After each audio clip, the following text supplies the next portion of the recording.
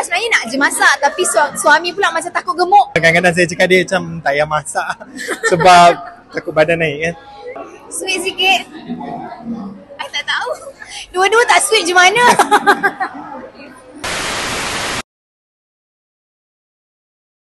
Biasalah lelaki lah kot. Tak adalah macam beria-ria tapi just berkawan, bertanya dia banyak-banyak sikit, berkenaan dengan industri. Kita kenal 2020 sebenarnya. Lah. Macam awal tahun tu more like kepada kawan lah, macam nak mengenali, sebab kita kenal pun through mutual juga, through kawan-kawan sebenarnya. So macam bila jumpa tu, tiap kali jumpa tu memang in a group kuda ramai-ramai, macam dinner lah, ada bercuti lah. So memang by group lah. Dari situ macam banyak bersembang, cuba kenal each other. So from there adalah rasa orang kata berputik tu.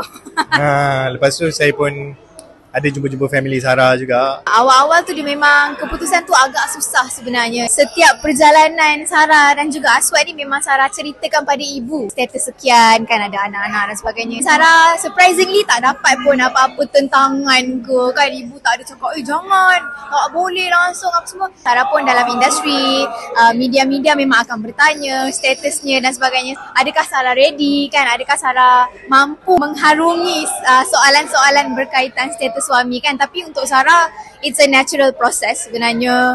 At the end memang okay je. As long as kita okay, insyaAllah everything should be fine lah. Anak-anak pun diorang okay je, diorang terima. Alhamdulillah. Sarah lebih rajin.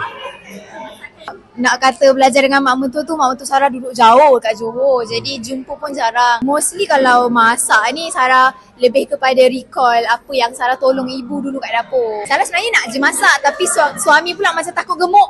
Dia pula takut gemuk kan. Tapi Sarah pun macam kalau boleh jagalah badan. Saya pujilah Sarah. Sebenarnya dia rajin lah sebenarnya. Kalau dia tak reti pun dia tengok YouTube ke TikTok ke, dan dia cuba. Tapi memang macam-macam lah yang benda orang kata.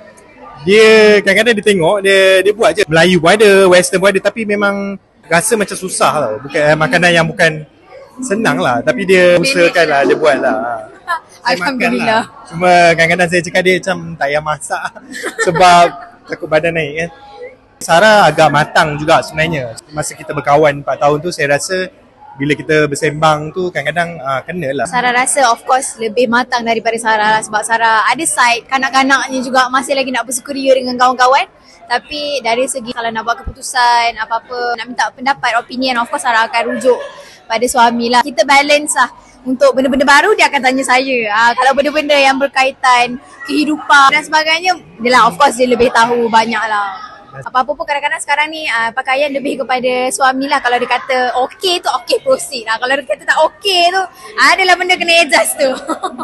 Faham juga kadang-kadang dalam industri pun ada certain mereka ke apa, dia nak certain design dia kan. Cuma kadang-kadang kita kena find the balance lah. Sarah pun tak adalah dia rasa macam you ni duk sibuk pula kan. So dia pun menerima juga. So saya pun tegur lah juga. Harapan Sarah insyaAllah doakan semoga perkahwinan berkekalan sehingga ke jannah. InsyaAllah semoga semuanya baik-baik saja. Mohon untuk didoakan kebaikan.